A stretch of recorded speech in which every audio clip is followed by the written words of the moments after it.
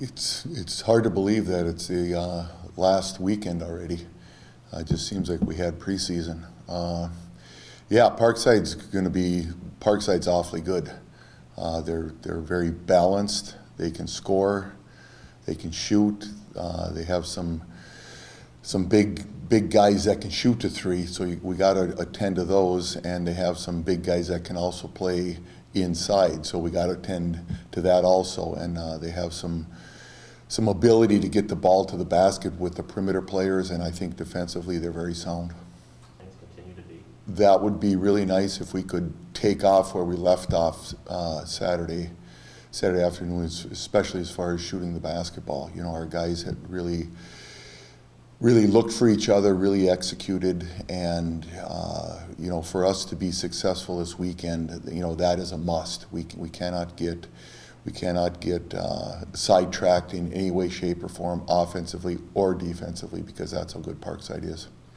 This year, you go to the GLIAC tournament automatically, but how important is it to get the best possible seed with a good outcome this weekend? Well, you know, I mean, I think that's what everybody's shooting for.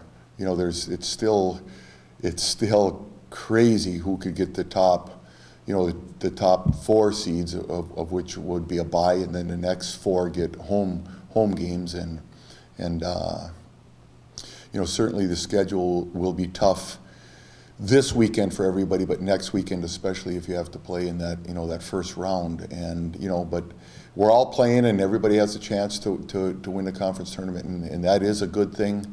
But the league is so close this year, as you can tell with the standings being so close. You know, we're standings wise, you know, in pretty good position, but yet we're only a couple games away from, you know, not getting a home berth, you know, in any way. So we got to go. You got to play. Everybody's in the same boat. So everybody has to perform, and it's not pressure. It's just it's that time of the year. It's coming up to tournament time. You got to be good. And this is the time you want to, you know, be prepared and be willing to do the little things that add up to the big things, and that's what you want to be going into the tournament.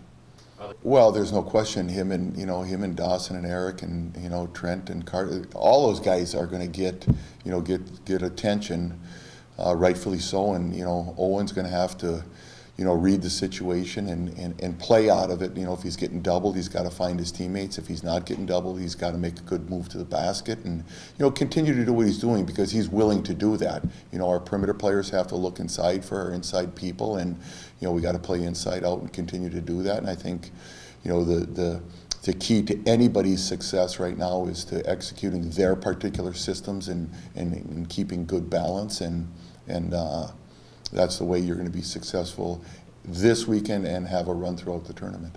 Have you found that it's easier to go on the road when there's no fans in the GLIAC, or is it the same?